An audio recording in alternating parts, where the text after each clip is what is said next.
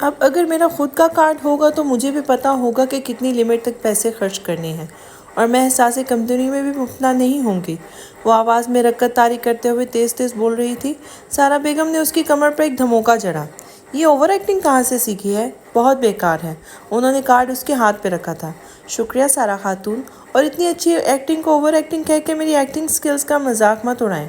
Card کو الٹ پلٹ کر دیکھا اور پھر بیگ میں رکھا۔ اب میں جا رہی ہوں۔ جی فون فل چارج ہے، سائلنٹ پر بالکل نہیں ہے، اور لوکیشن بھی آن ہے۔ ان کے کچھ کہنے سے پہلے اس نے خود ہی متوقع سوالوں کے جواب دیے۔ جلدی سے ان کے گلے لگی، دونوں گالوں پہ پیار کرتے خدا حافظ بولا۔ تھوڑی دیر بعد وہ گھر کے مین گیٹ سے نکلتی ہوئی دکھائی دی، سڑک کراس کر کے سامنے والے بنگلے کی طرف بڑھی۔ اس گھر کو دیکھ کے لگ رہا تھا شادی والا گھر ہے۔ دراصل حیدر صاحب کو سسرال میں رکنا پسند نہیں تھا، تو انہوں نے اپنے سسرال کے سامنے والا بنگلہ خرید لیا تھا۔ وہ لوگ جب بھی پاکستان آتے تو اپنے گھر پہ ہی رکتے تھے۔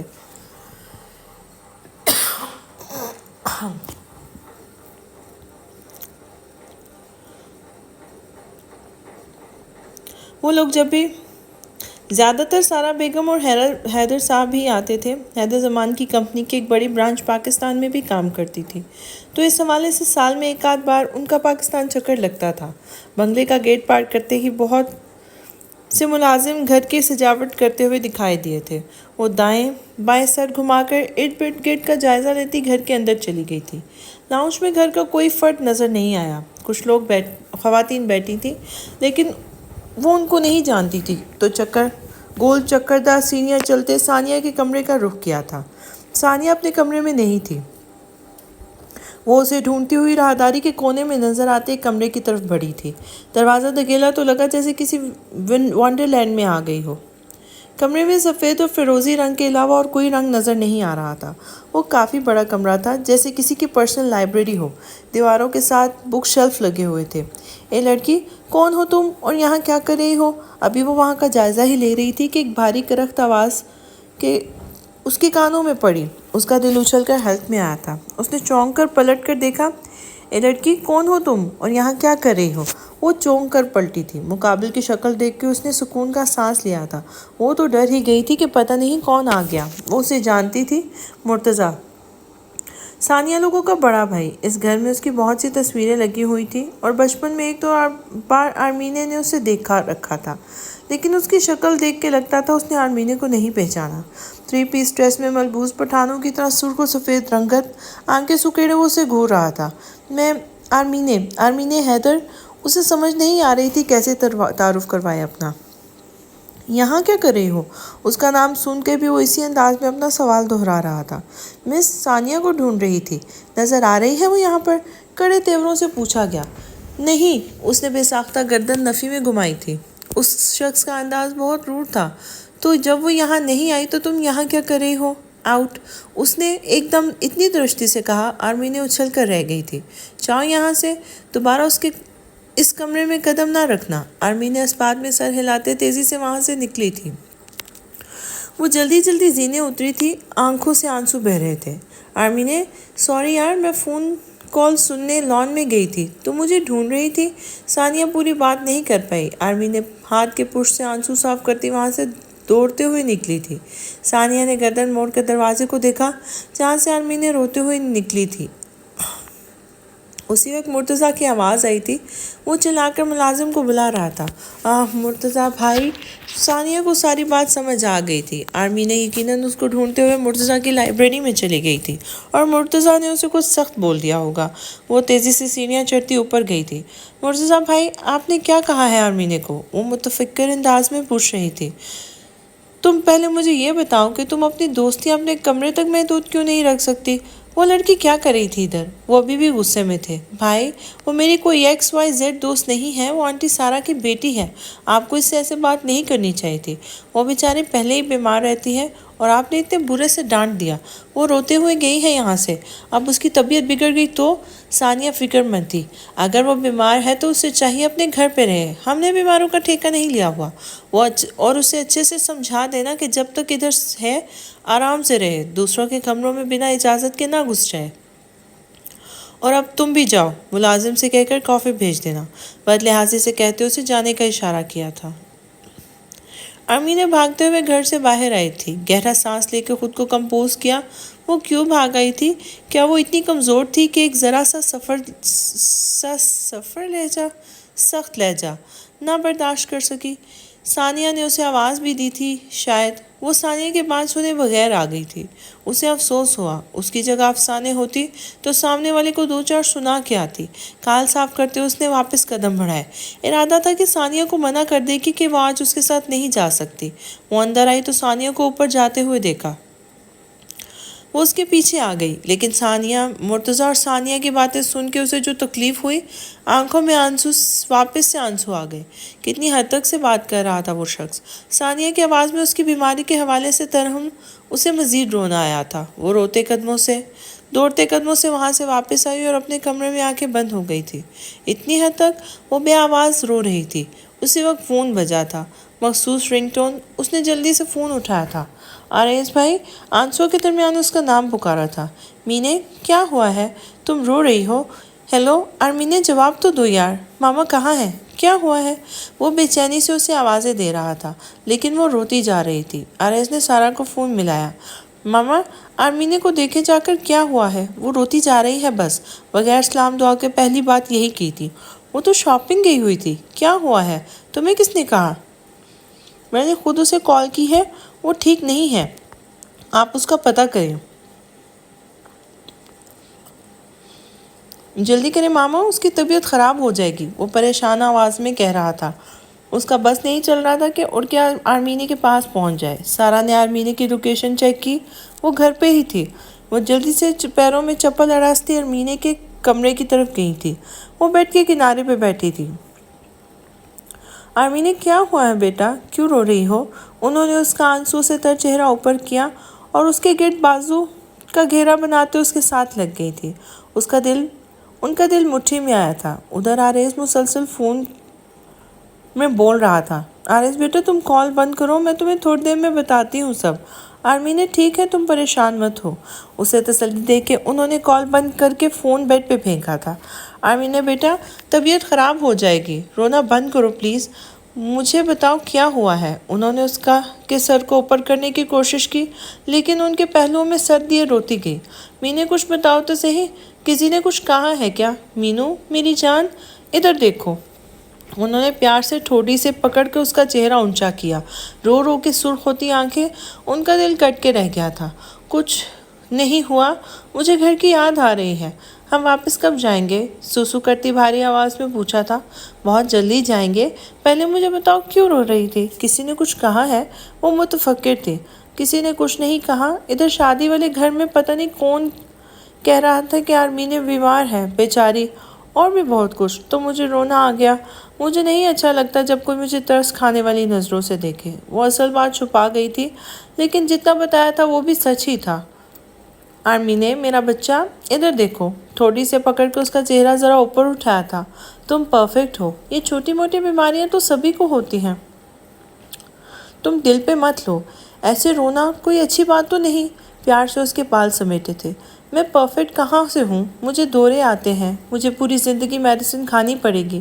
عام لڑکیوں کے مقابلے میں میری ول پاور بہت کم ہے۔ میں پڑھائی میں بھی ایوریج اسٹوڈنٹ ہوں، لیکن گال رگڑ کا آنسو کے نشان مٹائے، لیکن میں فٹ تو بہت ہوں۔ میرے جیسے فٹنس ہے بھلا کسی میں؟ وہ شکل سے میں افسانے جتنی پیاری نہیں ہوں، لیکن کیوٹ بہت ہوں۔ رائٹ کہتا ہے ارمن جتنا پیارا کوئی بھی نہیں ہے، سوسو کرتے بتایا گیا تھا۔ لوگوں کا کیا ہے، وہ تو باتیں کرتے ہیں، آپ ہی تو کہتی ہیں جس کے پاس جو ہوتا ہے وہی دنیا کو دیتا ہے۔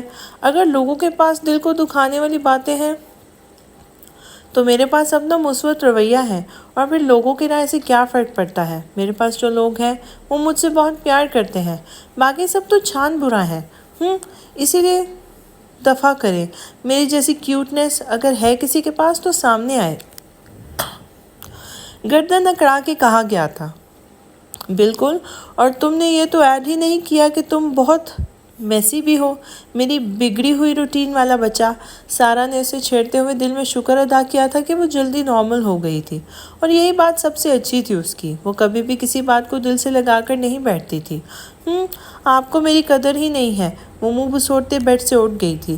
میں فریش ہو لوں جب تک میرے لیے کھانے کو بنوا دے، بھوک لگ رہی ہے، اور شاپنگ ہم کل چلیں گے۔ اوکے، کھانے کے بعد تم ریسٹ کرو، آج رات کو بھی کوئی فنکشن ہے، ادھر بھی جانا ہوگا۔ چلو گی نا؟ انہوں نے کنفرم کیا تھا۔ میں چلوں گی، اور ضرور چلوں گی۔ رات کو کیا پہننا ہے ابھی تو یہ بھی ڈیسائیڈڈ نہیں کیا۔ آپ جلدی سے کھانا بنوائیں، میں آتی ہوں، پھر ڈسکس کرتے ہیں رات کے حوالے سے۔ ان کے گالوں پر چٹا چٹ بوسے دیتی وہ واش روم کی طرف بڑھ گئی تھی۔ سارا بیگم نے مسکرا کے اس کے دیکھا تھا۔ اس کے جاتے ہی ان کی مسکراہٹ سمٹی تھی۔ وہ بہت بہادر تھی۔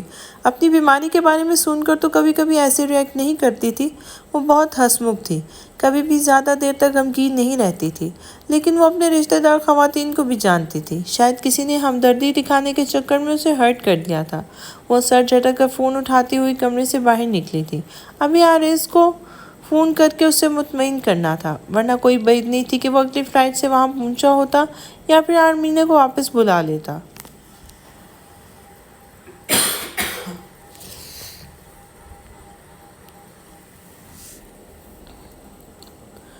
دبئی کے اپنے ہیڈ آفس میں وہ پریشان سا دائیں بائیں ٹہل رہا تھا۔ اس نے فیصلہ کیا تھا کہ اگر 2 منٹ مزید سارا بیگم کی کال نہ آئی تو وہ خود پاکستان جا کے آرمینہ کو لے آئے گا۔ اگر آرمینہ کی جگہ افسانے ہوتی تو آریز کو اتنی ٹینشن نہ ہوتی۔ اسے پتا تھا افسانے کوئی بھی سچویشن ہو اسے سنبھالنے کا حوصلہ لگتی ہے، لیکن یہ آرمینہ تھی۔ مینے کے لیے وہ سب سے زیادہ پوسیسو تھے۔ ہوتا ہے نا گھر میں جو بچہ باقیوں کے مقابلے میں کمزور ہو یا بیمار ہو تو اس پر ماں باپ زیادہ توجہ دیتے ہیں۔ آرمینہ کیونکہ بہن بھائیوں میں سب سے چھوٹی تھی تو اس لیے سارا اور حیدر کے علاوہ آریز اور افسانے بھی اسے کسی چھوٹے بچے کی طرح ہینڈل کرتے تھے۔ فون بجا تو اس نے جلدی سے آن کر کے کان سے لگایا تھا۔ دوسری طرف سارا بیگم اسے تسلی دے رہی تھی کہ مینت ٹھیک تھی۔ پوری تسلی کرنے کے بعد اس کی جان میں جان آئی تھی۔ اسی وقت آفس کا دروازہ کھولا اور درخشندہ بنت دلال اندر داخل ہوئی تھی۔ آریز نے اس کی طرف دیکھا اور فون کی طرف اشارہ کیا تھا۔ وہ سمجھ کر سر ہلاتے ہوئے کرسی کی طرف بڑھ گیا اور وہاں براجمان اس کی کال سے فری ہونے کا انتظار کرنے لگی تھی۔ سارا بیگم سے بات کرتے ہوئے فون ٹیبل پر رکھتا اس عربی شہزادی کی طرف متوجہ ہوا تھا۔ مرحبا، رخشندہ نے رسمی مسکراہٹ سے اس پہ سلام بھیجا تھا۔ مرحبا، آریز نے نظریں میز پہ ٹکائی تھی۔ کیسے ہو آریز؟ تم ابھی سارا آنی سے بات کر رہے تھے؟ خیریت تھی؟ آرمینہ ٹھیک ہے؟ میں ٹھیک ہوں، ہاں جی خیریت ہے، اور آرمینہ بھی ٹھیک ہے الحمدللہ۔ باری باری اس کے ساری سوالوں کے جواب دیے۔ اس کی پوری کوشش تھی اس کے چہرے کو نہ دیکھے۔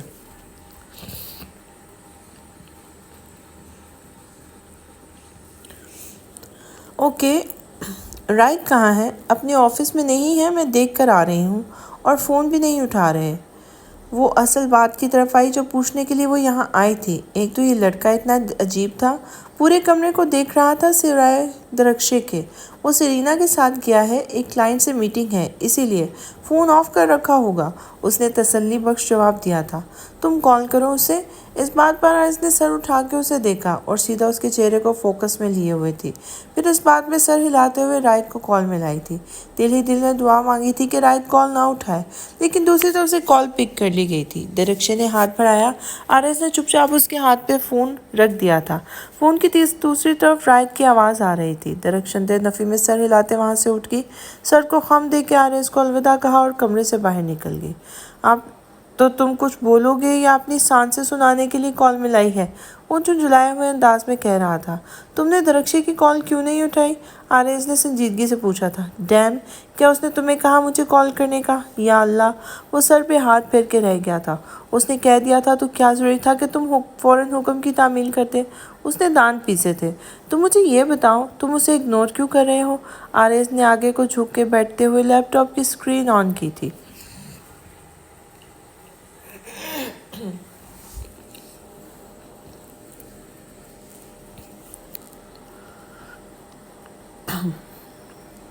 اگنور نہیں کر رہا یار، تمہیں پتہ ہے اس کا عجیب و غریب سی فرمائشیں ہوتی ہیں اس کی۔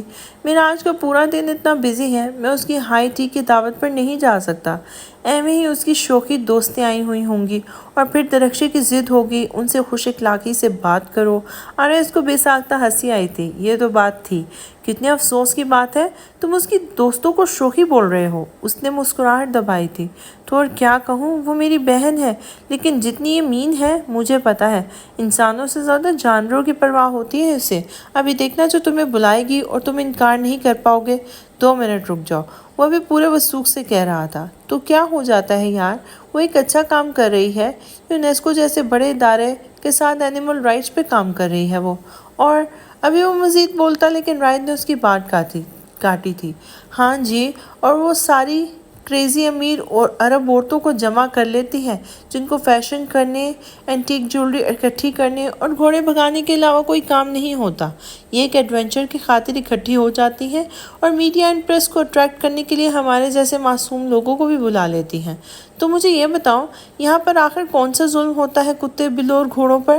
آلریڈی اتنے قوانین بنے ہوئے ہیں، لیکن خیر اس کا شوق ہے تو وہ پورا کرے اسے۔ میں بہت بزی ہوں، اتنا ٹائم نہیں ہے، وہ جلدی جلدی کہہ رہا تھا۔ پیچھے سے کسی اسٹاف ممبر کی آواز آئی اور وہ اسے بلا رہے تھے۔ تو تم اور کیا چاہتے ہو وہ چاند پر چلی جائے؟ تم بھی نہ رائد؟ آریز نے مسکراتے ہوئے سر ہلایا تھا۔ چلو تم کال بند کرو کیونکہ تم تو بزی ہو نا، اسے چھیڑا تھا۔ جا رہا ہوں، اور تم یہ مت سمجھنا کہ میں درخشے کے کام کو ویلیو نہیں دے رہا، میں اس کے کام کی رسپیکٹ کرتا ہوں۔ انٹرنیشنل آرگنائزیشن کے ساتھ کام کر کے اس کا ایکسپوجر بڑھ رہا ہے۔ آئی ریئلی اپریشیٹ، اور اگر آج ٹائم ہوتا تو میں چلا بھی جاتا، لیکن مجبوری ہے یار۔ وہ جیسے اپنے عمل کی وضاحت دے رہا تھا، آریز کو ہنسی آ گئی تھی۔ میں جانتا ہوں، مجھے وضاحت مت دو، اور تم جاؤ، کب سے آوازیں پڑ رہی ہیں تمہیں۔ اوکے، جا رہا ہوں یا عزیزی، خدا حافظ۔ آریز نے فون بند کر کے میز پہ رکھا اور لیپ ٹاپ کی طرف متوجہ ہوا۔ اسے پتا تھا رائد ایسے ہی ہانک رہا ہے، بھلا درخشندے اسے کیوں بلانے لگی۔ وہ لوگ بچپن سے ایک ساتھ پلے بڑے تھے، لیکن درخشندے بہت ریزرو رہتی تھی۔ افسانے اور ارمینے سے اس کی بہت بنتی تھی، لیکن آریز کے ساتھ کبھی بھی زیادہ فرینکنس نہیں رہی تھی۔ وہ بھلا کیوں اسے بلانے لگی؟ لیکن دور اندر کہیں دل میں ایک خواہش جاگی تھی کہ کاش وہ اسے بلا لے۔ اسی وقت دروازہ کھلا اور درخشندے نے اندر جھانکا تھا۔ آریز کو دیکھ کر مسکرائی تھی۔ اس کی مسکراہٹ اور آریز کا حال بے حال ہوا تھا۔ آریز، تم آج شام کو فری ہوگے کیا؟ آنکھیں پٹ پٹا کر پوچھا گیا تھا۔ اس نے کسی روبوٹ کی طرح آٹومیٹک انداز میں اس بات میں سر ہلایا تھا۔ درخشی کے لیے وہ ہمیشہ فری ہی رہتا تھا۔ میں تمہیں جگہ ٹیکسٹ کر دوں گی، 4 بجے پہنچ جانا، اوکے؟ میں بھی پہنچ جاؤں گا، انکار کا سوال ہی نہیں تھا۔ تھینک یو، سی یو، مسکرا کر کہتے وہ دروازہ بند کر کے چلی گئی۔ آریز نے دل پہ ہاتھ رکھا، اتنے زور سے دھڑک رہا تھا۔ رائد نے ٹھیک کہا تھا، وہ اپنی بہن کو جانتا تھا۔ مہرداد نہیں آیا ابھی تک؟ اتنا لیٹ تو وہ نہیں ہوتا۔ زینب نے وال کلاک پر ٹائم دیکھا۔ ڈنر کو تھوڑا ہی وقت تھا۔ افسانے نے کندھے اچکائے۔ اب اسے کیا پتا وہ کہاں تھا؟ تم نے فون کیا تھا اسے؟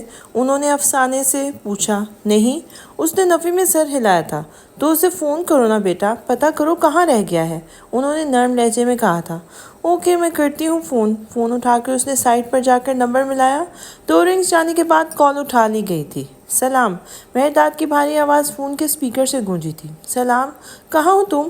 زینب آنٹی پریشان ہو رہی ہیں۔ گردن گھما کے زینب کو دیکھا، وہ منتظر نگاہوں سے اسے دیکھ رہی تھی۔ فسانے نے ان کو اسمائل پاس کی تھی۔ ایک پرانے دوست کے ساتھ ہوں، زینب ماں سے کہہ دو میں دیر سے آؤں گا، وہ کھانا کھا لیں۔ اس نے سنجیدگی سے جواب دیا اور فون کاٹ دیا۔ افسانے نے فون کو کان سے ہٹا کر دیکھا۔ ایک تو اس کا پتہ نہیں چلتا کہ کس ٹائم موڈ خراب ہے۔ وہ کسی دوست کے ساتھ ہے، کہہ رہا تھا انتظار مت کریں، وہ کھانا کھا کے آئے گا۔ زینب کو مطلع کرتے ہوئے وہ کچن کی طرف مڑ گئی تھی تاکہ ملازمہ کو کہہ کے کھانا لگوائے۔ کھانے کے بعد وہ چائے پی رہی تھی جب افسانے نے ان سے وہ سوال پوچھا جو کب سے ان کے ذہن میں تھا۔ مجھے آپ سے کچھ پوچھنا ہے، آپ پلیز برا مت مانیے گا۔ اس نے تمہید مانگ دی تھی۔ آپ کا مہرداد سے کیا رشتہ ہے؟ میرا مطلب ہے وہ اور آپ، کیا آپ اس کی سگی ماں ہیں؟ اس نے جھجکتے ہوئے سوال مکمل کیا تھا۔ نہیں، وہ میرا بیٹا نہیں ہے۔ میرے والد اور رضا پہلوی فرسٹ کزنز تھے۔ میں 5 سال کی تھی جب میرے والدین کا ایک روڈ ایکسیڈنٹ میں انتقال ہو گیا۔ حالات کچھ ایسے ہو گئے کہ رضا پہلوی اور ان کے والد مجھے اپنے گھر لے آئے۔ مجھے یہاں پر بالکل اپنے گھر جیسا ماحول ملا۔ 18 سال کا ہونے کے بعد میری شادی ہو گئی اور پھر شادی کے 7 سال بعد میرے شوہر کا انتقال ہو گیا، تو اپنے 6 سال کے بیٹے معاویہ کے ساتھ واپس پہلوی ہاؤس آ گئی۔ تب سے ادھر ہوں۔ مہرداد میری بہت عزت کرتا ہے اور اپنی ماں کی طرح ہی احترام کرتا ہے میرا۔ مجھے بھی وہ بہت عزیز ہے۔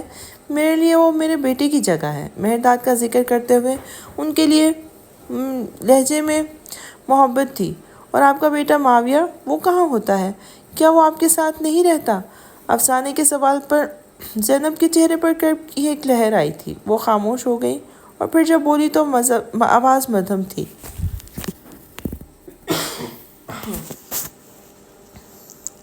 معاویہ اس دنیا میں نہیں ہے، اس کا انتقال ہو گیا ہے۔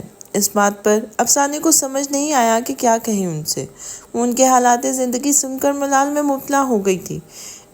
اپنے اتنے پیارے رشتے کھونے کے بعد بھی وہ کتنے حوصلے سے زندگی گزار رہی تھی۔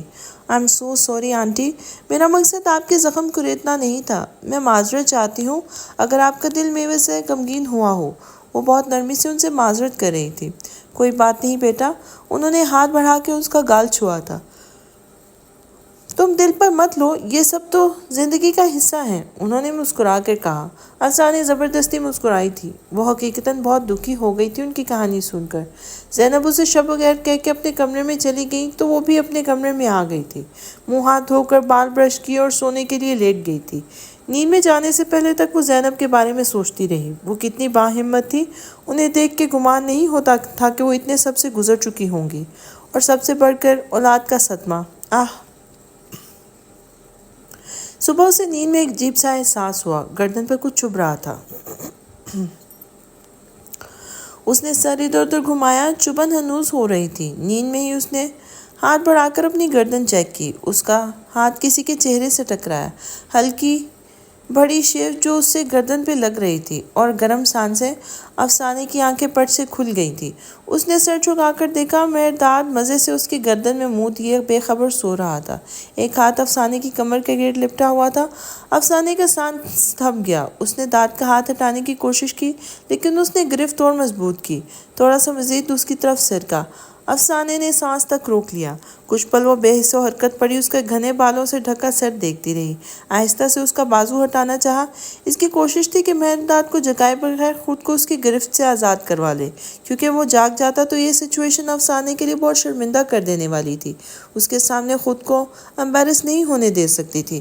بنا دیکھے بھی اسے پتا تھا کہ اس کا چہرہ اس وقت سرخ ہو رہا ہوگا، لیکن تبھی مہرداد کسمسا کر سر دائیں بائیں ہلا کر مزید اس کے نزدیک ہوا تھا۔ ناک اس کی گردن پر رگڑی تھی، اور ادھر افسانے کے بس ہو گئی تھی۔ اس نے دونوں ہاتھوں کے ناخن پوری قوت سے اپنی کمر کے گرد لپیٹے، اس کے بازو میں گاڑے اور بلند آواز میں اس کا نام پکارا، مہرداد! عشق میں نے آنکھیں بند کر کے دل تمہیں تھما دیا، میں خود اپنے قدموں پہ چڑھ کر تمہارے قدموں میں آ گیا۔ اس کے علاوہ تم ایک آدمی کی جان سے کیا چاہتے ہو؟ عشق تم ہی امن کی وجہ اور تم ہی قہر ڈھاتے ہو۔ گھر واپس آتے اسے دیر ہو گئی تھی۔ ابوبکر اس کے آفس آیا تھا، اس کے ساتھ اسکول کے کچھ پرانے دوست بھی تھے، تو وقت گزرنے کا پتہ ہی نہیں چلا۔ رات کا کھانا انہوں نے اکٹھے ہی کھایا تھا۔ وہ لوگ دیر تک سڑک کنارے ایک ریسٹورانٹ میں بیٹھے پرانی یادیں تازہ کرتے رہے۔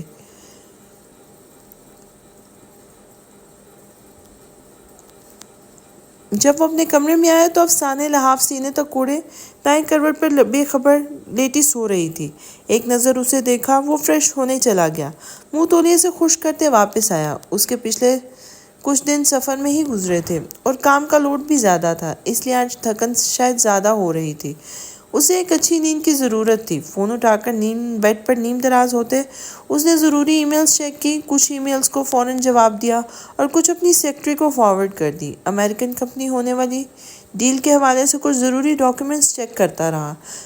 آنکھیں نیند سے بند ہونے لگی۔ فون بند کر کے بیڈ پہ لیٹا، بیڈ سائڈ ٹیبل پر رکھتا فون بیڈ سائڈ ٹیبل پر رکھتا وہ وہیں لمبا ہو کے سو گیا۔ پائنے سے لحاف اٹھا کر اوڑھنے کی اجازت نیند نے نہیں دی۔ رات کو نیند میں ہی ٹھنڈ محسوس ہوئی تو ہاتھ بڑھا کر سائڈ پہ پڑا لحاف کا کونا کھینچا اور خود کو ٹھنڈ سے محفوظ کرنے کی کوشش کی۔ تبریز کا موسم ویسے بھی معتدل رہتا ہے، گرمیوں میں بھی درجہ حرارت زیادہ گرم نہیں ہوتا، سردیوں میں تو برف پڑتی رہتی ہے، تو رات کے اس پہر سے ٹھنڈ لگنا کوئی ایسی حیرانگی کی بات نہیں تھی۔ لحاف نرم گرم تھا، اس کے اعصاب کو ایک دم سکون ملا تھا، وہ پرسکون ہو کر سو گیا تھا۔ صبح وہ گہری نیند میں تھا جب افسانے کی چیخ سنائی دی اور ساتھ ہی بازو پر درد ہوا۔ وہ ہڑبڑا کے اٹھ بیٹھا، آنکھیں صحیح سے کھل نہیں رہی تھی۔ کیا ہوا؟ تم ٹھیک ہو؟ چلا کیوں رہی ہو؟ پوری کوشش کر کے آنکھیں کھولی، سب سے پہلے افسانے کو دیکھا، وہ ٹھیک تھی، پھر چلا کیوں رہی تھی؟ اس نے گردن کو مار کر کمرے میں نظر دوڑائی، سب ٹھیک ہی لگ رہا تھا۔ پھر مسئلہ کہاں پر تھا؟ ابھی وہ سوچ ہی رہا تھا کہ تم جنگلے انسان، تم سے کہا تھا نا مجھ سے دور رہنا۔ دونوں ہاتھوں اس کے سر کی طرف بڑھائے اور اس پر جھپٹی، بال ہاتھ میں آ گئے تھے، اس نے فوراً زور لگا کے کھینچے۔ افسانے چھوڑو یار، اچانک پڑنے والی افتاد پر وہ بوکھلایا تھا، دونوں کلائیوں سے اسے پکڑ کر قابو کرنے کی کوشش کی تھی، لیکن وہ بیلنس نہیں کر پایا اور دھڑام سے بیڈ پر گرا۔ افسانے نے اپنی پورے وزن سمیت اس پر گری، بال ہنوز گرفت میں تھے۔ افسانے مت کرو، بال چھوڑو، بھنچوئی آواز میں اس نے بمشکل کہا تھا۔ ایک تو نیند سے اٹھا تھا، پھر اس کے بالوں کے دشمن نے حملہ کر دیا تھا۔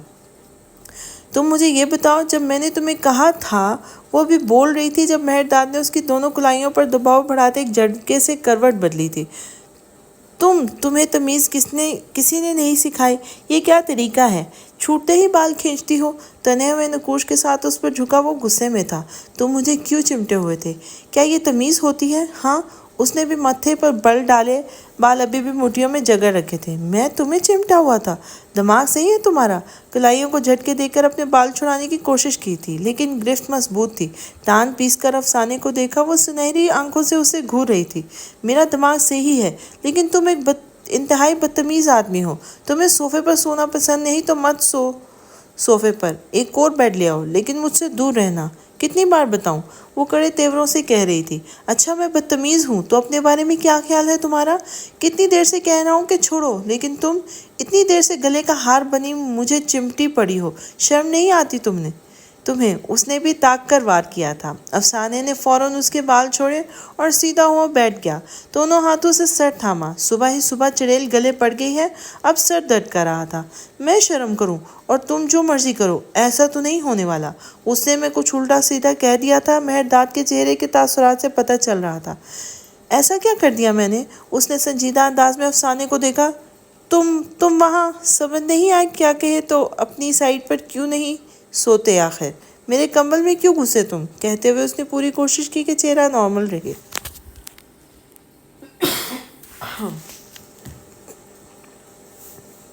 مہرداد نے ایک نظر کمبل کو دیکھا، وہ واقعی افسانے کا تھا۔ اس کا اپنا کمبل تو طے ہوا رکھا تھا، تو کیا وہ واقعی افسانے کے لحاف میں گھس گیا تھا؟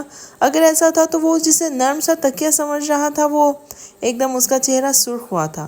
وہ فوراً بیڈ سے نیچے اترا، منہ پر ہاتھ پھیر کر چہرے کی سرخی کم کرنے کی کوشش کی۔ وہ اتنا بے خبر ہو کے کیسے سو سکتا تھا؟ افسانے کیا سمجھ رہی ہوگی کہ وہ جان بوجھ کر؟ اسے سوچ کے خفت ہوئی تھی۔ دیکھو میں نیند میں تھا، اب مجھے کیا پتا کہ کس کا کمبل ہے، لیکن اس کا یہ مطلب نہیں کہ تم سیدھا میرے بالوں پر اٹیک کر دو۔ تم مجھے آرام سے بھی جگا سکتی تھی۔ اس نے تھوک نکلتے بات سنبھالنے کی کوشش کی تھی، لیکن تم شاید نشہ کر کے سوئے تھے، نیند ہی نہیں ٹوٹتی تمہاری، تو اسی لیے تمہیں ناخن مارے۔ ٹان پیس کر آخر کہتے ہوئے اس کی ٹون ذرا سلو ہوئی تھی۔ ناخن مارنے والی بات پر مہرداد کی سبز آنکھیں پوری کھل گئیں۔ بازو اٹھا کے آنکھوں کے سامنے کیا، درد تو کب سے محسوس ہو رہا تھا۔ جہاں افسانے کے ناخن گھومے تھے وہاں سے جلد چھلی ہوئی تھی، جیسے کسی بلی نے اپنے تیزدار ناخنوں سے کھرونچیں ماری ہوں۔ یہ تم نے پنجے مارے ہیں مجھے؟ وہ حیرانگی سے اپنا بازو دیکھ رہا تھا۔ ہاں ٹھیک ہے، وہ نیند میں عادتاً اس کی سائڈ پہ چلا گیا تھا، لیکن اس کا مطلب یہ تو نہیں تھا کہ وہ اسے ناخنوں سے ہی نوچ ہی ڈالے۔ تو کیا کرتی؟ تمہیں تھپکی دیتی، اس نے جل کر کہا تھا۔ حیران تو ایسے ہو رہا تھا جیسے پتہ نہیں اس کا منہ نوچ لیا ہو، بازو ہی تو تھا، کیا فرق پڑتا تھا؟ مہرداد نے اسے گھورنا چاہا، لیکن زیادہ دیر اس کی سنہری آنکھوں میں نہیں دیکھا گیا۔ لاجک کی بات کریں تو اسے اس وقت غصہ آنا چاہیے تھا۔ اس لڑکی نے اس کی نیند خراب کی تھی، ناخن مارے تھے اور بال بھی کھینچے تھے، لیکن وہ چاہ کر بھی اسے کچھ سخت نہیں کہہ پایا تھا۔ لیکن کچھ تو کہنا تھا۔ مجھے بچپن سے عادت ہے، میں سوتے ہوئے پورے بیڈ پہ گھومتا ہوں۔ تم عادت بنا لو کیونکہ میں تو ادھر ہی سوؤں گا۔ تب کی بھی برا آئیڈیا نہیں ہے۔ You can try it. وہ واپس اپنی ڈھیٹ روپ میں آیا تھا۔ ہاں ٹھیک ہے، اسے خفت ہوئی تھی، لیکن وہ شو تو نہیں کروا سکتا تھا۔ تم بھلے سے پورے بیڈ پر گھومو، لیکن میرے قریب مت آیا کرو، نیند میں بھی اور ہوش میں بھی، چبا چبا کر کہتے وہ بیڈ سے نیچے اتری تھی۔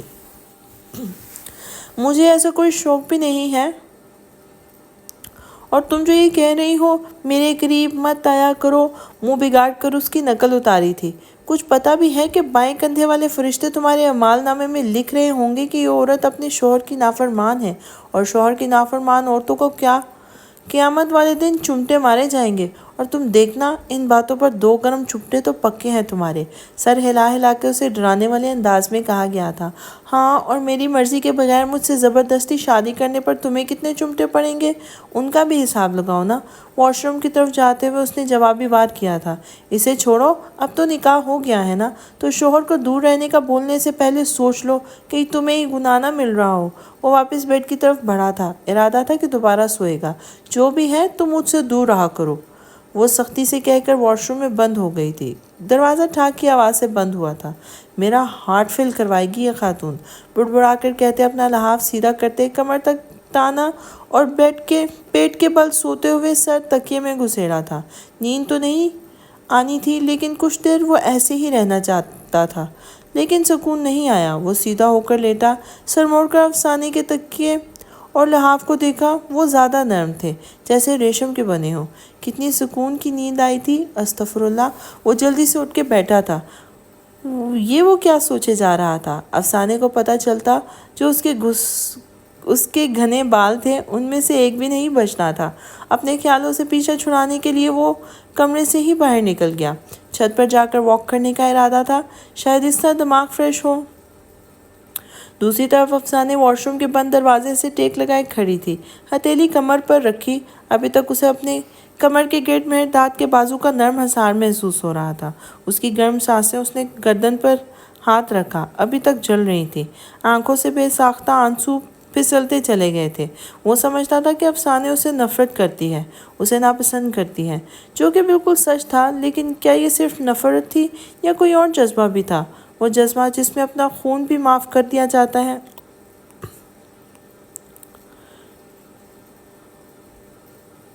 عشق تمہاری جان کی قسم، تم ایک بے درد دوا ہو، تم ایک بے درد دوا ہو۔ سارا فون پر نمبر ملاتے ہوئے اپنے کمرے سے باہر آئی۔ آرمین ثانیہ کے ساتھ باہر گئی ہوئی تھی۔ السلام علیکم، کیسے ہیں آپ حیدر؟ رابطہ قائم ہونے پر انہوں نے سلامتی بھیجی تھی۔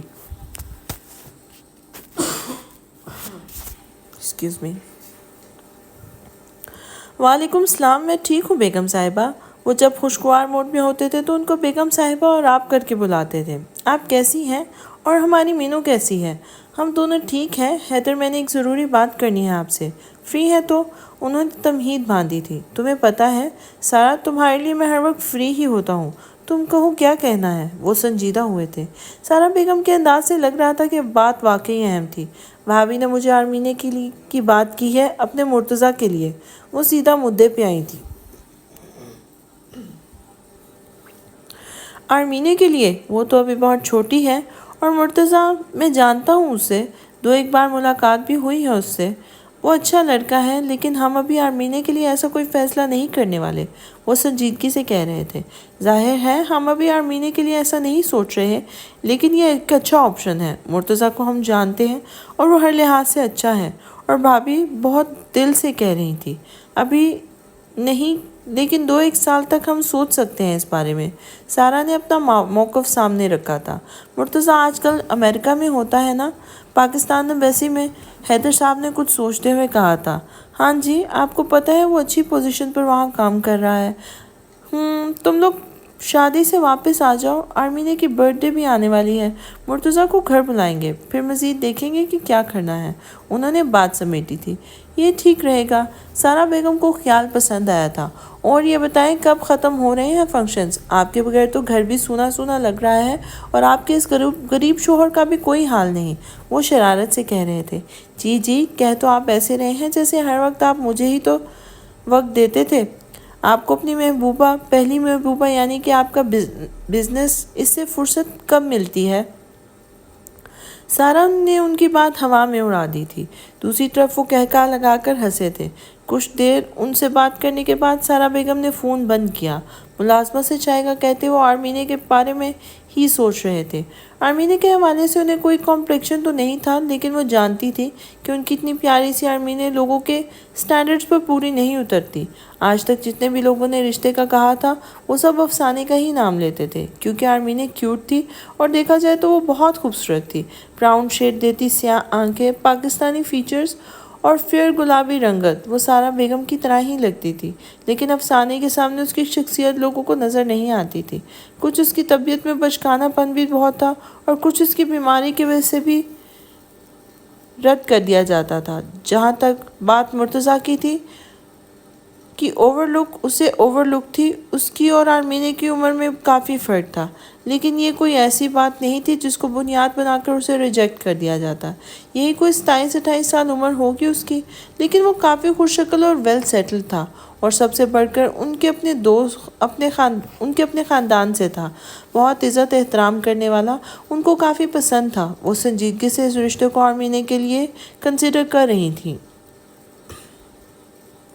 آریز اپنے ہوٹل روم میں آیا جب اسے رائد کی کال آئی تھی۔ وہ اسے ریس کورس بلا رہا تھا۔ آریز فارمل کپڑوں میں تھا، جا کر کپڑے چینج کیے، بلیک جینز پر ہم رنگ ٹی شرٹ چڑھائی، پیروں میں سرخ سنیکرز پہنے، پانی کے 2 چھینٹے منہ پر مارے، بالوں میں الٹا سیدھا برش مارا، اور ریس کورس جانے کے لیے نکل گیا تھا۔ جب وہ وہاں پہنچا تو اسے دور سے ہی درخشندے اور رائد گھڑ سواری کا مقابلہ کرتے ہوئے نظر آئے تھے۔ آریز نے ملازم کو اشارہ کیا۔ ملازم اس کا اشارہ سمجھتے تھے۔ فوراً ہی اس کے لیے ایک بھورے رنگ کا گھوڑا لے آئے۔ گھوڑے کی پیٹھ تھپ تھپا کر وہ اس پر سوار ہوئے۔ گھوڑے کو ایڑ لگاتے اس نے گھوڑے کو ریسنگ ٹریک پہ اتارا تھا۔ اسے اپنی طرف آتے دیکھ کر رائد اور درخشے نے اپنے گھوڑوں کو آہستہ کیا اور جلد ہی ان سے جا ملا تھا۔ اس کا گھوڑا رائد کے گھوڑے کے برابر آیا۔ ان دونوں نے کراس کر کے پنجہ ملایا، جبکہ درخشندے نے سر کو خم دیتے مسکراتے ہوئے ان کو خوش آمدید کہا تھا، جس پر آریز نے مسکراتے ہوئے ایک ہاتھ سینے پہ رکھتے ہلکی سی گردن جھکائی تھی۔ ہو جائے مقابلہ؟ رائد نے چیلنج دینے والی نظروں سے آریز کو دیکھا تھا۔ ضرور، اس نے مسکرا کر اس بات میں سر ہلایا تھا۔ اب رائد درمیان میں تھا۔ آریز اور درخشے اس کے دائیں بائیں اپنے اپنے گھوڑوں پہ موجود تھے۔ آن مائی کاؤنٹ، رائد کے کہنے پر دونوں نے سر ہلایا تھا۔ رائد کا کاؤنٹ ڈاؤن ختم ہوتے ہی تینوں نے اپنے گھوڑوں کو ایڑ لگائی اور مقابلہ شروع ہو گیا۔ انہوں نے 2 چکر لگائے تھے اور جیت ہمیشہ کی طرح درخشندے کی ہوئی تھی۔ رائد اور آریز نے سر خم کرتے اپنے گھوڑے ان کے سامنے جھکائے تھے۔ یہ فاتح گھڑ سوار کو تعظیم پیش کرنے کا ایک انداز تھا۔ رائد اپنے گھوڑے کو استقبال کی طرف لے جا رہا تھا۔ درخشندے نے آریز کو ٹریک کا ایک چکر لگانے کی دعوت دی تھی، تو وہ دونوں اپنے گھوڑے پر سوار آہستہ آہستہ رفتار میں ٹریک پر ہی تھے۔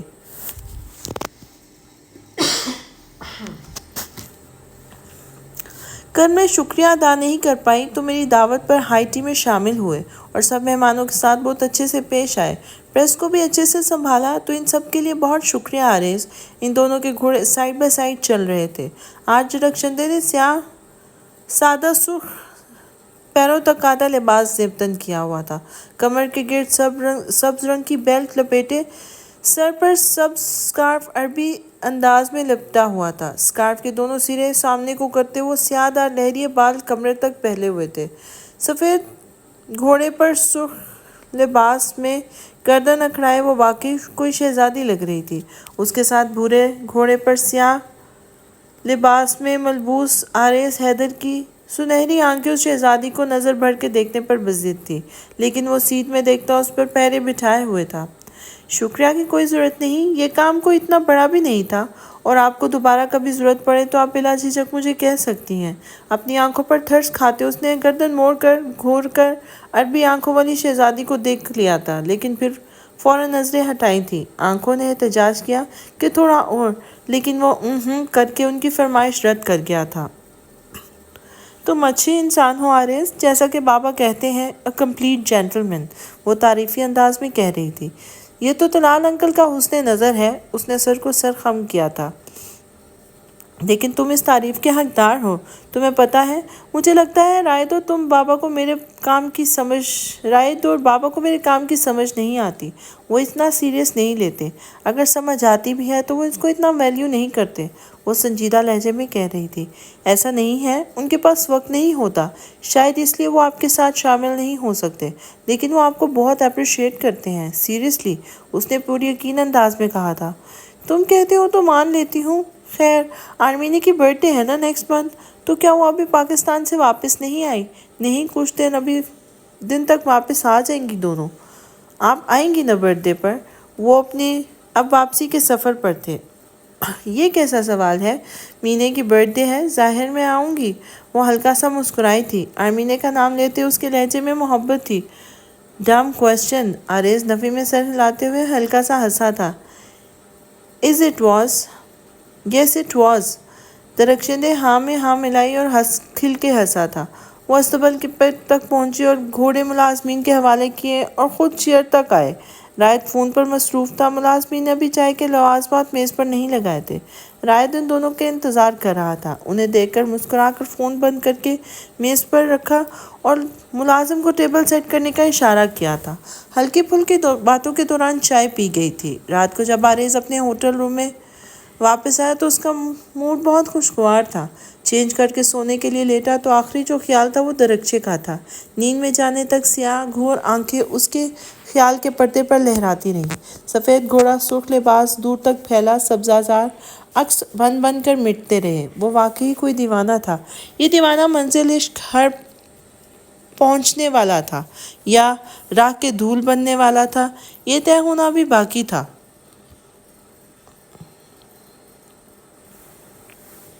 میرا تنہا دل کیسے تمہارے خلاف ہو اے عشق، مجھے دیوانہ بنانا چاہتے ہو، اسی میں تمہاری خوشی ہے اے عشق۔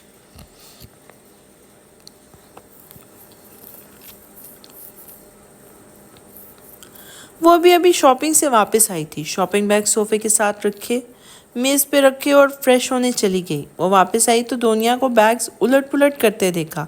افسانے لب بھینچ کر رہ گئی تھی۔ اسی دوران دنیا نے پلٹ کر افسانے کو دیکھا اور مسکرائی تھی۔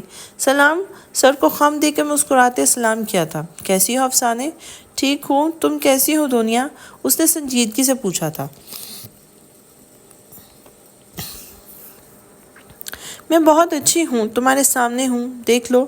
بات کرتے ہوئے وہ بیڈ کی طرف بڑھی، تکیے بیڈ کراؤن کے ساتھ لگا کر رکھے اور آرام دہ انداز میں ٹیک لگا کے بیٹھ گئی تھی۔ افسانے نے ایک نظر اس کی یہ حرکت ملاحظہ کی اور پھر سر کو خم دے کے بیگز اٹھا کے کبٹ میں رکھنے لگی۔ مہرداد نے ایسا کیا دیکھا تم میں؟ وہ آنکھیں سکیڑے جیسے افسانے کو نظروں ہی نظروں میں سکین کر رہی تھی۔ شکل اچھی ہے، لیکن صرف شکل دیکھ کر تو داد نے اتنا بڑا قدم نہیں اٹھایا ہوگا۔ آخر کیا ہے تم میں ایسا؟ وہی جو تم میں نظر نہیں آیا۔ افسانے مسکراتے ہوئے دنیا کی طرف مڑی تھی۔ اس کا انداز اسے برا لگا تھا۔ وہ اسے خود کو ایسے ڈیگریڈ کرنے نہیں دے سکتی تھی۔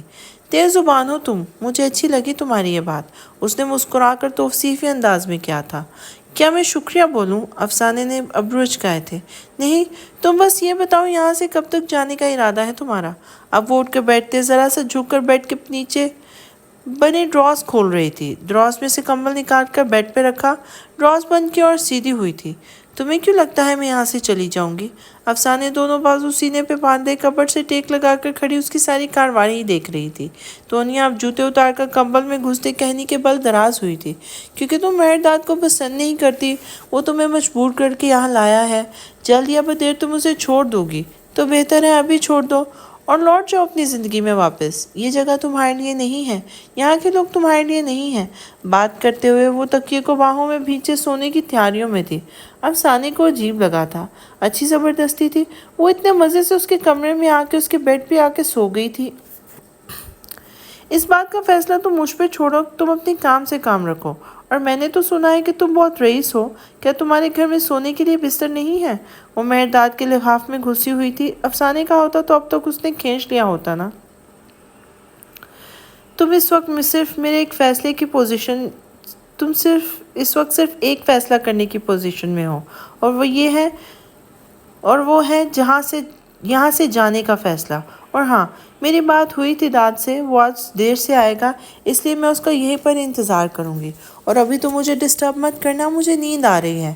وہ کمبل سر تک تانے کروٹ بدل گئی تھی۔ افسانے کچھ دیر اسے دیکھتی رہی، پھر سر جھٹک کے کمرے سے باہر آ گئی تھی، لیکن اسے حیرت ہو رہی تھی اس لڑکی پر۔ کتنی عجیب حرکت تھی، مطلب وہ ایسے کیسے کسی کے کمرے میں سو سکتی تھی؟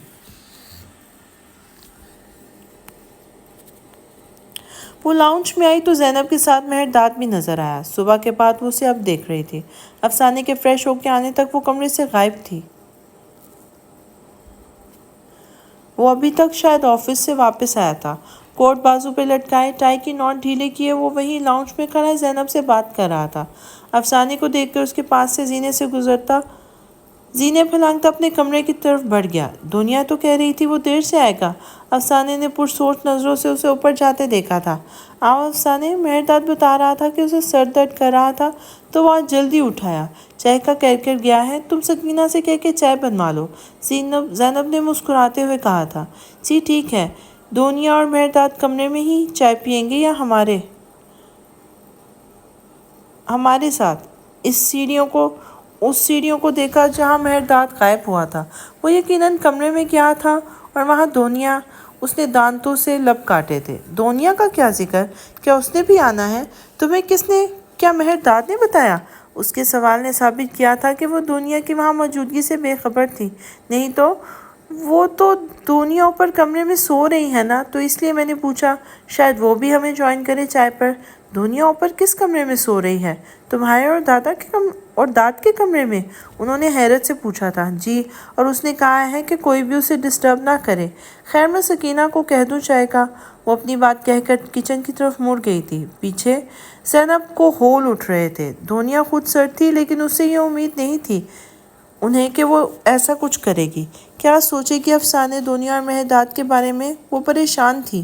افسانے کچن میں آ تو گئی تھی، لیکن دھیان سارا اوپر کمرے میں موجود مہرداد اور دنیا میں اٹکا ہوا تھا۔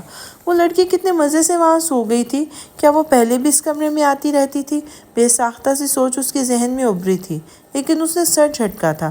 ظاہر ہے وہ دونوں کزنز تھے، بچپن سے ساتھ تھے، تو اتنی فرینکنس تو ہوتی ہے۔ سکینہ چائے بنا رہی تھی تو وہ ٹرالی سیٹ کرنے لگی۔ 10 منٹ ہو گئے تھے، لیکن ابھی تک مہرداد کمرے سے باہر نہیں آیا تھا۔ افسانے کی بس ہو گئی تھی۔ وہ ٹرالی چھوڑ کر اٹھتی زینوں کی طرف بڑھی تھی۔ وہ کمرے میں آیا تو سیدھا وارڈروب کی طرف گیا تھا۔ کوٹ اور ٹائی اتار کر سٹینڈ پر پھینکی تھی۔ بیلٹ کھینچ کر نکالتے اپنے کپڑے اٹھائے، فریش ہونے کے لیے واش روم کی طرف بڑھ گیا۔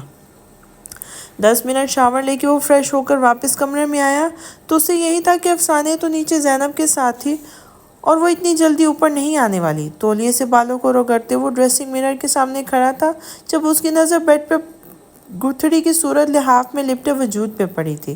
وہ حیران ہوا، افسانے تو ابھی نیچے تھی، اب آ کر سو بھی گئی، کہیں طبیعت خراب نہ ہو۔ وہ ابھی سوچ ہی رہا تھا کہ جا کر اس کا حال پوچھے یا رہنے دے، کہیں صبح کی طرح پھر اس کے بال نہ کھینچ لے۔ اسی وقت کمرے کا دروازہ کھلا اور افسانے اندر داخل ہوئی تھی۔ افسانے نے اندر آتے ہی مہرداد کا طیرانہ جائزہ لیا تھا۔ وہ بلیک ٹراؤزر پر بغیر شرٹ کے گلے میں تولیہ ڈالے شیشے کے سامنے کھڑا تھا۔ پھر اس نے بیڈ کی طرف دیکھا، دنیا ابھی تک سو رہی تھی۔ افسانے نے گہری سانس بھری تھی، مطلب وہ نہا رہا تھا اتنی دیر۔ اس کی ابھی دنیا سے بات نہیں ہوئی تھی۔ کتنی نالائق ہو تم، اپنا لحاف نہیں طے کر سکتی؟ اس نے ٹاول گلے میں سے نکال کر سٹینڈ پہ پھینکا تھا۔ غور سے دیکھو، یہ میرا نہیں تمہارا لحاف ہے۔ وہ رخ بدل کر ٹی وی سٹینڈ کے ڈرار کو کھول کر چیزیں الٹ پلٹ کرنے لگی تھی۔ اب کمرے میں رکنے کا کوئی بہانہ تو چاہیے تھا۔ مہرداد نے باڈی سپرے کی شیشی اٹھا کر خود پر چھڑکتے ایک نظر افسانے کو دیکھا تھا، پھر بیڈ کی طرف۔ اسے محسوس ہوا کہ لحاف خالی نہیں تھا۔ ذرا سا غور کیا تو لحاف سے باہر آتے سیاہ بالوں کی جھلک دکھائی دی تھی۔ وہ لب بھیج گیا تھا۔ دنیا پھر کچھ سوچ کر افسانے کی طرف بڑھا تھا۔ اچھا تو وہ میرا لحاف ہے اس لیے تم نے سمیٹنے کی زحمت نہیں کی، لیکن مجھے ایک بات بتاؤ، میں تو اسے طے کر کے ڈراز میں رکھ کے گیا تھا، تم نے اسے باہر کیوں نکالا؟ وہ اس کے پیچھے جا کے رکا تھا۔ میں نے نہیں نکالا تمہارا لحاف، اتنا ہی مسئلہ ہے تو جا کر واپس سے تہہ کر کے رکھ دو۔ وہ اب ڈراز میں رکھی سیڈیز کو الٹ پلٹ کر دیکھ رہی تھی۔ آج کل کے دور میں کون سی سیڈیز رکھتا ہے؟ یہ مہرداد بھی نہ متروک زمانہ چیزیں جمع کرنے کا شوقین تھا شاید۔ نہیں، اب کیا طے کرنا، میں سونے ہی جا رہا تھا، صبح تم نے سونے نہیں دیا اور ابھی بھی شدید نیند آ رہی ہے۔ اس نے آواز میں تھکن پیدا کی۔ ایک جمائی بھی لی۔ افسانے فوراً پیچھے مڑی، کہیں وہ جا کر لحاف میں گھس ہی نہ جائے۔ وہ اس کے پیچھے ہی کھڑا تھا۔ تو تم چائے کا کہہ کے آ رہے تھے؟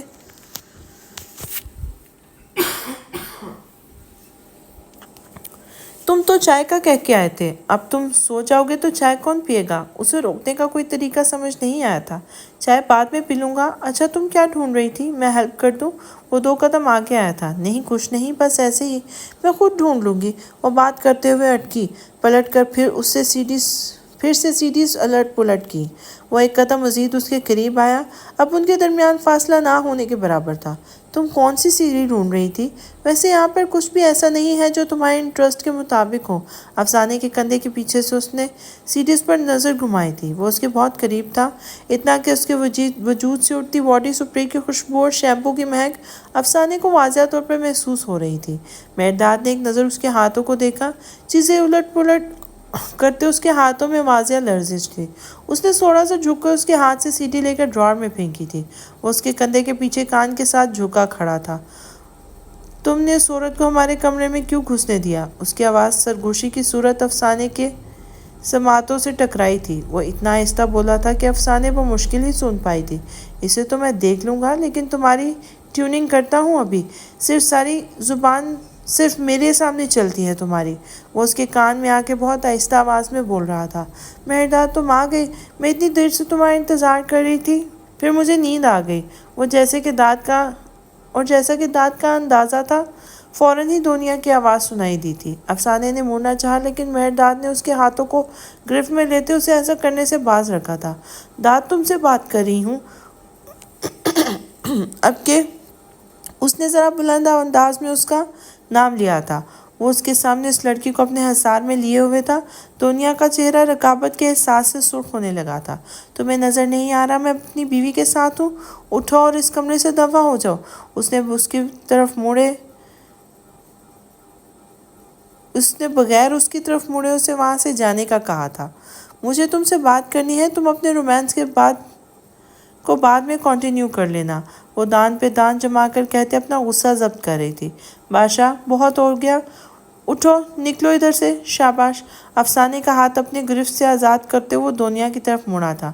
میں نہیں جاؤں گی، پہلے میری بات سنو۔ وہ اس کے کمبل میں لپٹی بیڈ پر بیٹھی ڈٹائی سے کہہ رہی تھی۔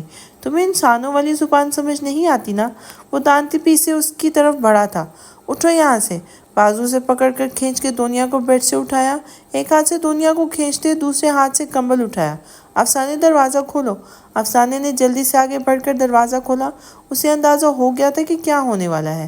دنیا اس کا نام لیتے ہی اپنا بازو سے چھڑانے کی کوشش کر رہی تھی، لیکن وہ انسنی کرتا اسے تقریباً گھسیٹتا ہوا کمرے سے باہر لایا تھا۔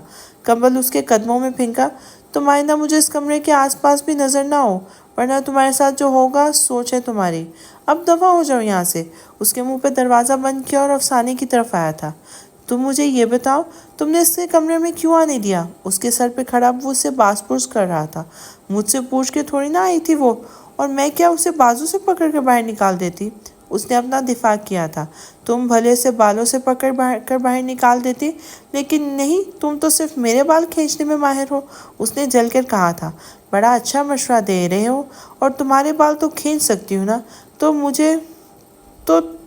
مجھے کچھ نہیں کہتے۔ تم تو مجھے کچھ نہیں کہتے، لیکن اگر اس کی بال کھینچتی تو اس نے مجھے بھی دیواروں میں ٹکرے دینی تھی، منہ بسور کر کہا تھا۔ اور اگر میں بھی وہی کروں، تمہیں بالوں سے پکڑ کے دیوار میں دے ماروں تو؟ اس نے آنکھیں سکیڑ کے اس کی طرف دیکھا تھا۔ اب وہ کیا جواب دینے والی تھی؟ تم ایسا نہیں کرو گے مجھے پتہ ہے، گردن سیدھی کر کے اعتماد سے کہا گیا تھا۔ کیا اعتماد تھا؟ مہرداد دیکھ کے رہ گیا تھا۔ اور میں ایسا کیوں نہیں کروں گا؟ افسانے نے ایک نظر اپنے ہاتھوں کو دیکھا۔ تھوڑی دیر پہلے وہ ہاتھ مہرداد کے نرم گرفت میں تھا۔ وہ ایک نظر ٹی وی سٹینڈ کو دیکھا اور نفی میں سر ہلا دیا تھا۔ بس مجھے پتا ہے تم ایسا نہیں کرو گے ایسا کچھ نہیں کرو گے جس سے مجھے نقصان پہنچے، وہ اتنے یقین سے کہہ رہی تھی۔ مہرداد کے گلے میں گردن میں گلٹی سی ڈوب کر ابھری تھی۔ وہ رخ موڑ گیا، وارڈروب سے شرٹ نکال کر پہنی۔ میرے سر میں درد ہو رہا ہے، میری چائے یہیں لا دو۔ وہ جا کر بیڈ پر نیم دراز ہوا اور آنکھوں پر ہاتھ رکھے تھے۔ واؤ، تم نے ابھی دھکا دے کے دنیا کو کمرے سے نکالا ہے اور اب مجھے اس کے پیچھے بھیج رہے ہو تاکہ میں جاؤں اور مجھ پہ حملہ کر دے۔ واؤ، اس نے تعریفی انداز میں ابروج کھائے تھے۔ وہ کچھ نہیں کہے گی تمہیں، میری گارنٹی ہے۔ اب جاؤ تم، اور اگر کچھ کہا تو اس نے کنفرم کرنا چاہا تھا تو تم اس کے سر پہ گلدان مار دینا۔ اب جاؤ، اس نے تکیہ اٹھا کر منہ پہ رکھا تھا۔ اس کو کیوں ماروں؟ تمہارے سر میں ماروں گی۔ افسانے، اوکے جا رہی ہوں، دونوں ہاتھ اٹھا کے کہتی وہ کمرے سے باہر نکل آئی تھی۔ نہ وہاں دنیا تھی اور نہ ہی اس کے قدموں میں پھینکا گیا کمل۔ وہ سر جھٹکتے زینے اترنے لگی تھی۔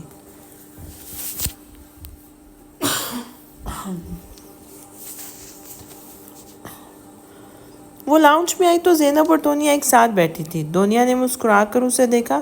وہ بھی جواباً مسکراتے ہوئے سامنے والے صوفے پہ براجمان ہو گئی تھی۔ ابھی چائے بننے میں دیر ہے، کیا تم میرے ساتھ تھوڑی دیر لان میں واک کرنا پسند کرو گی؟ دنیا نے دوستانہ انداز میں اس سے پوچھا تھا۔ افسانے نے ایک پل کو سوچا، پھر اس بات میں سر ہلاتے ہوئے اٹھ کھڑی ہوئی تھی۔ ضرور، کیوں نہیں۔ چائے کو دیر کیوں دی وہ اسے سمجھ آ گیا تھا۔ اس گھر کے ملازم دنیا کے اشاروں پر چلتے تھے۔ وہ دونوں باہر لان میں نکل آئیں۔ موسم خوشگوار تھا، لیکن افسانے سوچ رہی تھی کہ دنیا سے وہاں پر لگے آرائشی فاؤنٹین کے ماربل پر نہ دے مارے۔ اگر ایسا ہوا تو بچاؤ کی اسٹریٹجی کیا ہونی چاہیے؟ تم سوچ رہی ہوگی کہیں میں تم پر حملہ نہیں کرنے والی، ہے نا؟ دنیا نے مسکرا کر اس کی گردن موڑ کر دیکھا تھا۔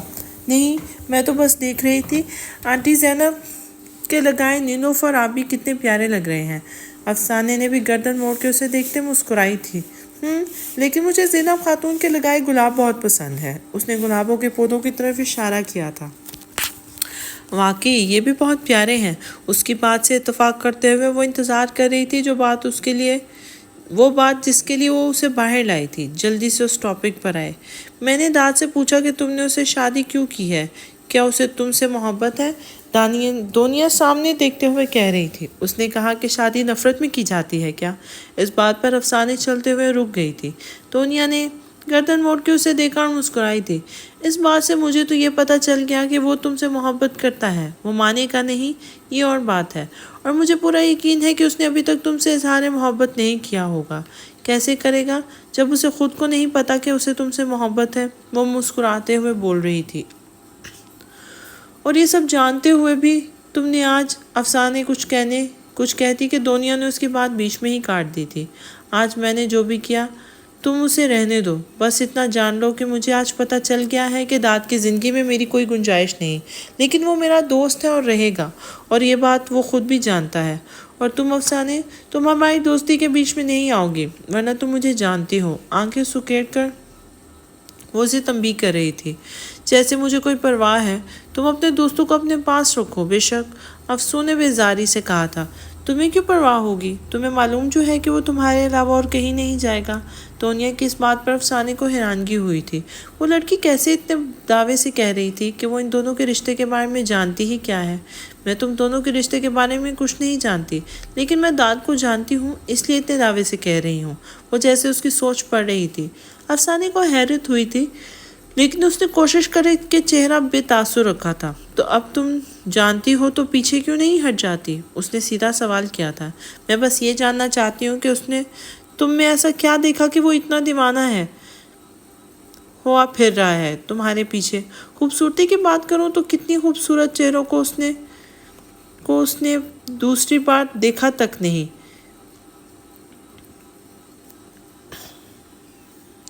ان کی حوصلہ افزائی تو دور کی بات ہے۔ اب تم مجھے ایسے مت دیکھو، تم بھی جانتی ہو تمہارے شوہر کتنا ایٹیٹیوڈ ہے۔ ایسے میں اس کی متاثرین لڑکیوں کی فہرست لمبی ہے۔ مجھے ہمیشہ لگتا تھا کہ بات جب لائف پارٹنر چننے کی آئے گی تو وہ میرا انتخاب کرے گا۔ تم ہم کزنز ہیں، دوست ہیں، ایک دوسرے کے مزاج کو سمجھتے ہیں، اور کیا چاہیے؟ اور جب میں نے تمہیں اس کی بیوی کے روپ میں دیکھا تو مجھے شوق لگا تھا۔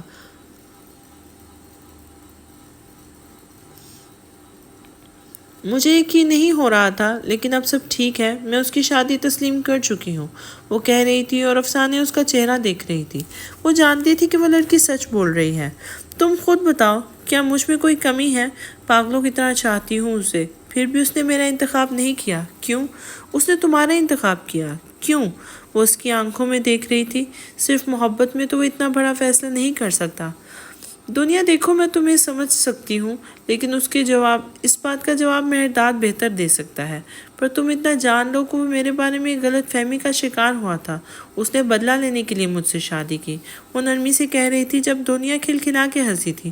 معاف کرنا، مجھے ہنسی آ گئی، لیکن تم نے بات بھی تو ایسی کی ہے۔ غلط فہمی اور بدلہ، کیا کہہ رہی ہو تم؟ یا تو تم مجھے بیوقوف بنا رہی ہو یا پھر خود کو، پتہ نہیں۔ وہ ہنسنے کی وجہ سے آنکھ کے کنارے پہ آپ پانی صاف کر رہی تھی۔ خیر کوئی بات نہیں، چلو ہم اندر چلتے ہیں، چائے بن گئی ہوگی۔ افسانے چپ چاپ اس کے ساتھ اندر گئی تھی۔ دنیا کی باتوں پر وہ سوچ میں پڑ گئی تھی۔ کیا کچھ ایسا تھا جو اسے بھی نہیں پتا تھا؟ سکینہ مہرداد کے لیے چائے الگ ٹرے میں رکھ کے لائی تھی۔ افسانے نے ٹرے پر نظر گھمائی۔ زینب آنٹی نے کہا تھا کہ مہرداد کو سر میں درد ہو رہا ہے۔ اس نے سکینہ کو کہہ کے سر درد کی ٹیبلٹ منگوائی اور اسے بھی ٹرے میں پانی کے گلاس کے ساتھ رکھا تھا۔ میں خود لے جاتی ہوں چائے، آپ لوگ انجوائے کریں، کہتے ہوئے اس نے اپنا کپ بھی ٹرے میں رکھا تھا۔ زینب کو سمجھ آ گئی تھی کہ وہ دنیا کو اوائڈ کر رہی تھی، ورنہ وہ چائے ہمیشہ ان کے ساتھ پیتی تھی، بھلے سے مہرداد گھر پہ ہوتا تب بھی۔ آج اگر وہ گئی تھی تو وجہ دنیا تھی۔ دنیا اسے تب تک دیکھتی رہی جب تک سیڑھیوں کے دہانے سے غائب نہیں ہو گئی۔ دنیا، زینب اس کے بازو پر ہاتھ رکھا تھا۔ کیا دیکھ رہی ہو؟ وہ چلی گئی ہے۔ کیا کہہ رہی ہیں آپ؟ اس نے چونک کر اسے دیکھا تھا، گویا اس نے ان کی بات انسنی کر دی ہو۔ دنیا بچے، میں کہہ رہی ہوں کہ وہ چلی گئی ہے، اس طرف دیکھنا بند کر دو، انہوں نے نرمی سے کہا تھا۔ وہ سر اس بات میں ہلاتے چائے کی طرف متوجہ ہو گئی تھی۔ کچھ دیر بعد وہ اپنی گاڑی میں سوار گھر سے باہر نکلتی دکھائی دی تھی۔ اس نے گاڑی کی رفتار کم کی اور ونڈو کی طرف گردن موڑ کر اوپر مہرداد کے کمرے کی کھڑکی کو دیکھا تھا۔ ایک آنسو اس کی آنکھ سے لڑک کر گال پہ آیا تھا۔ اسے سمجھ آ گئی تھی کہ مہرداد نے اس لڑکی کا انتخاب کیوں کیا ہے۔ مہرداد، رضا، تم اس دن سچ کہہ رہے تھے، اور بالآخر تمہاری تلاش ختم ہوئی۔ وہ بڑبڑاتے ہوئے گاڑی بھگا کر لے گئی تھی۔ آنکھوں سے مسلسل آنسو گر رہے تھے۔ اسے سمجھ آ گئی تھی کہ اگر افسانے نہ ہوتی تب بھی اس کی زندگی میں دنیا کی جگہ نہیں تھی۔